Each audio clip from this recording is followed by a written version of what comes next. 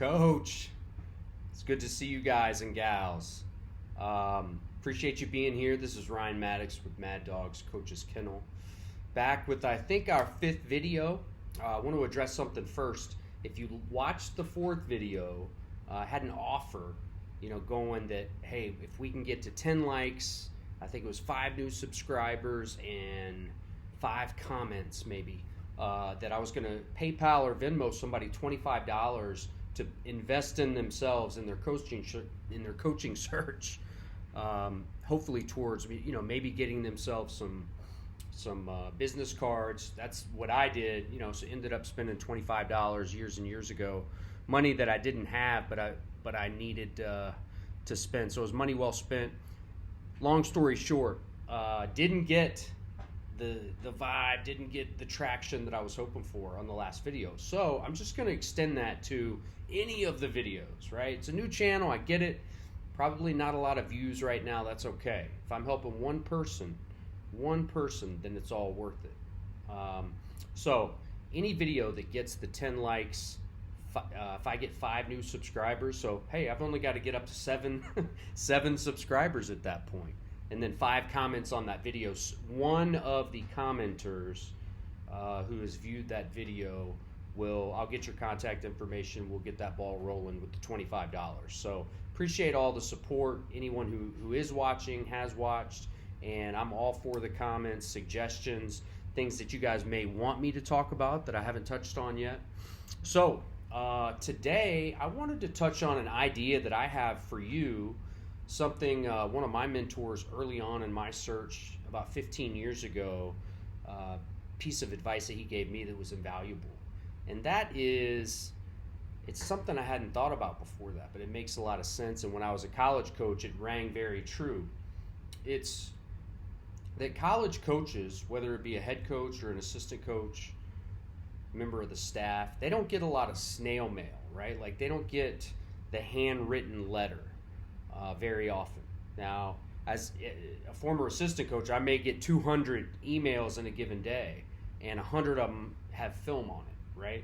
But the handwritten note, most of those that I got were from buddies in the business, right? On their school stationery. And it was pretty special when you would get something, from a fan of the program or a young coach looking for some advice, things like that. So I wanted to help guide you guys, just an idea, try it if you'd like, on how to craft a handwritten letter to a coach, but then also who do you want to write to, right? Like, okay, in my head, right, I'm a college basketball fan, I want to coach college basketball, but I don't have any experience in the college ranks, right? Okay, maybe I want to write Roy Williams or Bill Self, the head coach of Kansas, or Mark Few, the head coach of Gonzaga, right? Don't write those guys.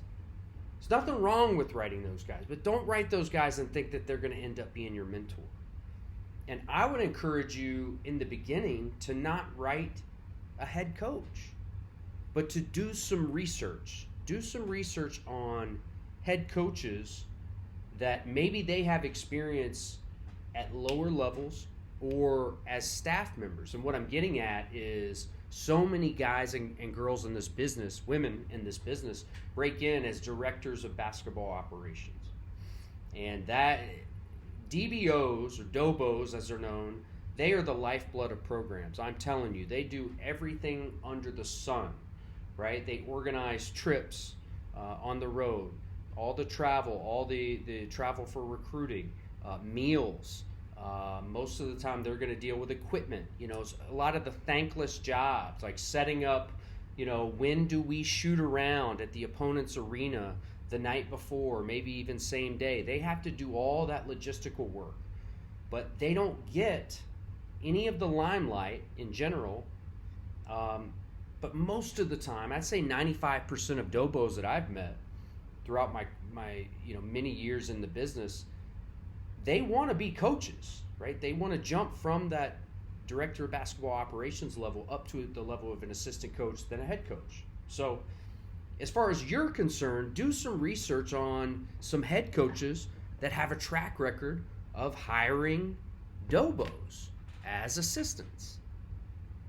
And so I looked around, poked around a little bit. I knew a bit about this coach, but I was looking at, one coach with a very familiar name and an outstanding coaching pedigree and a great team this year is Shaka Smart.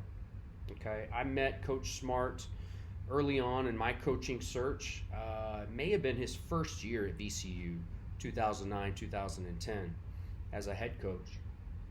And he's very gracious, allowed me to come in and watch practice.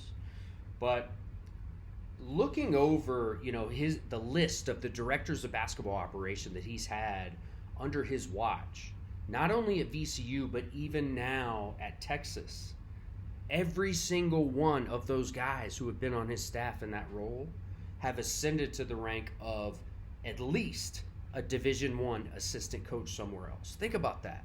So 1, 2, 3, 4, 5, 6. He is on currently his 7th person in a director of basketball operations role under his watch as a head coach. The 6 previous guys are either full-time assistants or have that experience as a D1 after coaching with Coach Smart, or they're head coaches now. So I just want to kind of break down, who has he had and where did they go. So a guy named Kyle Getter was his director of basketball operations at VCU his first year there. Kyle has spent time previously at Liberty University under Richie McKay, has had 2 stints there now as head coach. But Kyle since then ended up, he spent 4 years at Radford under Mike Jones, who was another assistant at VCU, ended up getting the head coaching job at Radford in the Big South. Kyle went with him as an assistant. And now Kyle is in his 3rd year on staff at the University of Virginia with Coach Bennett as the recruiting coordinator. And there's something, maybe director of player development as well. For all intents and purposes, he is an assistant coach. You're only allowed to have 3 full-time assistants, but marquee programs like that, they have funding to have, people that have specialized roles, but they're basically assistant coaches. My point is he is in line to get an assistant coaching position at the University of Virginia, most likely when one of, Jason Willifer or somebody else on staff jumps up, gets a head coaching job and moves on. So you've got Kyle Getter. That's Shaka's first DBO. His second DBO, I want to say that Mike was with him for 2 years at VCU, Mike Morrell. Well, where's Mike Morrell now? Well, he followed him to Texas. He was an assistant for him at Texas for a couple of years. Mike Morrell is now the head coach at University of North Carolina at Asheville, a fantastic basketball school in the mountains of North Carolina, Asheville, in the Big South Conference. He is a head coach. Young guy, I'd say Mike is probably shy of 40. So we're batting 2 for 2, and we're looking at guys, those are connections that Shaka has, his DOBO coaching tree has now expanded. Somebody's in the ACC, guys in the Big South. Another guy that, was a DOBO for Shaka is Donnie Lind, was with him for a year. Well, Donnie is now an assistant, longtime assistant, 4th or 5th year with Coach Jones at Radford as well. So you're looking at 2 full-time assistants in the Big South who have spent time in the Big South. There's Jesse Bopp was next in line. Jesse Bopp is now the recruiting coordinator and a full-time assistant coach at Florida International University in Conference USA. Fantastic school, a great job, right? Well, who was his next? Who was the director of operations for Coach Smart at Texas? Well, his first year there, it was Jai Lucas. It's Jai, it may be Jay. I think it's Jai, but if it's Jay and somehow you see this, Coach, I apologize. Jai Lucas was a great high school player, phenomenal college player, had a pro career overseas. He's now a full-time assistant. He ended up getting bumped up at Texas. He's now with Coach Calipari at University of Kentucky. So now the coaching tree branches out to the SEC. And the last one, before his current guy, that's maybe the most impressive to me, a coach named Cody Hatt. Coach Hatt was with Coach Smart for 4 years in that role as the director of operations in Austin, Texas, at the University of Texas, and was elevated to the level of full-time assistant coach. This year is his first year as a full-time assistant. So I would encourage you to do some research on maybe some other coaches that have that track record of either hiring their own directors of operation up to assistant coaches. But I'm also going to encourage you to write one person in particular. And I don't know this person. I did some research on them today preparing for this video. His name is Vada Smith. And Vada Smith, his technical title right now is Director of Program Development, and that's with the University of Texas. So it looks like what happens is when Coach Smart decided to bump Cody Hatt up to a full-time assistant, they broke up the Director of Operations into a few different, they've got a video coordinator, a Director of Program Development, Director of Player Personnel who works the guys out, I'm assuming, and they have an administrative assistant. But my point is that Vada Smith, this is a coach who 5 years he was an NBA G League head coach for 2 different teams. He was hired on in late September with Coach Smart at Texas. He is most likely next in line. Like, let's say that these guys knock it out of the park this year, and the associate head coach at Texas, it's KT Turner is his name. He's got Texas, state of Texas ties. He was at SMU for a long time. Anyway, let's say he gets bumped up, gets a low major, mid-major head coaching job if Texas goes to the Final Four this year, right? Well, guess who's going to be next in line most likely to get that third assistant spot? Vada Smith. I want you to write Vada Smith. Because yes, he's a former G League coach, all that. But you can't tell me, unless you're a huge Longhorns fan, you can't tell me that you knew who he was before I mentioned him, right? So there's not a lot of snail mail that this guy's getting. What I'm saying is, if you write him and say, hey, I've done some research, I'm really impressed with your career. We look at the board here. Be direct in what you're asking for from these coaches. My guidance on that would be say, hey, coach, can you spare 10 minutes a month to talk to me on the phone? 10 minutes, that's all I ask.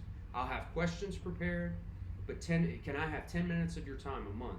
And I've never met a coach or a young coach that I've recommended do this that they got turned down. I just haven't. So if you were to ask, whatever you do want to ask for, if you're close to Austin, hey coach, can you help, get me a meeting with Coach Smart? Can I sit in on team film sessions? Can I come to practice and wear a mask? Whatever you're asking for, right? But the last one is probably the most important. It's play chess, not checkers, right? How does this apply to you? It's not just that Coach Smith at this point in his career would be the most likely of the coaches on that staff to respond to you and to have a little bit of time for you right now. It's as you cultivate a relationship with him, let's say he gets bumped up to a third assistant at Texas 2 years from now. Well, you're 2 years farther in your coaching journey. Let's say you're a high school assistant. By that time, you might have an AAU program, right? You might be the head coach of a 15U team, and you've got some guys that 3 years from now you feel like could be Division I prospects. Well, okay, Vada Smith has head coaching experience, he coached 14 guys that jumped up to the NBA. If and when it's a possibility he's going to be an assistant at Texas, well, he could also be, the next Mike Morrell, head coach at UNC Asheville, head coach at Georgia Southern, like Brian Berg, built his way up. You never know. Brian Berg was a director of operations back in the day. Started at, I want to say, Middle Tennessee with Kermit Davis. So I could go on and on, but this is just an idea for you guys. I really hope that something clicks. I want to say this though. When you write out your letter, I highly, highly, highly encourage you to write it out with pen, right? Like, this is cardstock. It's I don't know what kind of I got it at Staples. You know, it's like wool finish or whatever. It's not crazy expensive, but there's like 20 or 30 in a pack. You don't have to write much, but show them that you've done your research on them. Like, why are you writing them out of the blue? If you've got your business card that you've had made, put that in there, right? If not, put all your contact information at the bottom. And lastly, I really encourage you, write it out by hand, but self-addressed stamped envelope. Make it as easy as possible, right? So that you know if that letter gets opened, if he has a heart, if he has 5 minutes, right, he can grab a piece of stationery from his school, write you back, or probably just pick up the phone, to be honest with you. He'll probably send you a text message. So hopefully that's an in for some of you guys. It's just an idea.